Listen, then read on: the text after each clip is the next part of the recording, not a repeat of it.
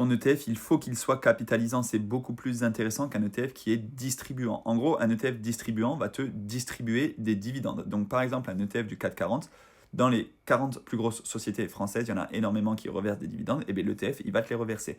Par contre, s'il est capitalisant, il va réinvestir lui-même les dividendes et faire croître la part de l'ETF beaucoup plus rapidement. Alors sur PEA, ça pose pas trop de problème parce qu'en fait, si tu reçois un dividende, tu peux le réinvestir directement et tu n'es pas taxé. En fait, il n'y a aucun frottement fiscal entre le moment où tu reçois un dividende et tu le réinvestis. C'est un bas clos fiscal. Par contre, sur compte titre, là, ça pose un énorme problème parce que si tu as choisi un ETF du S&P 500 qui te distribue des dividendes, imaginons que l'ETF te distribue 100 euros de dividendes, et bien sur ces 100 euros de dividendes, tu dois payer la flat tax de 30% et tu peux en réinvestir que 70 euros. Alors que sur le PEA, tu aurais réinvesti ces 100 euros.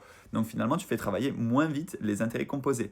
Donc, un ETF capitalisant va lui-même réinvestir les dividendes et tu payeras la flat tax uniquement à la sortie, mais peut-être que pendant les 10 années, tu auras fait travailler les intérêts composés et quand tu voudras le revendre, là, eh bien, effectivement, tu payeras la flat tax sur tes plus-values, mais vraiment, il faut qu'il soit absolument capitalisant ou alors accumulatif, ACC, c'est la même chose, mais il ne faut pas que ce soit marqué DIST, c'est-à-dire distribuant, parce que ce sera beaucoup moins optimisé fiscalement.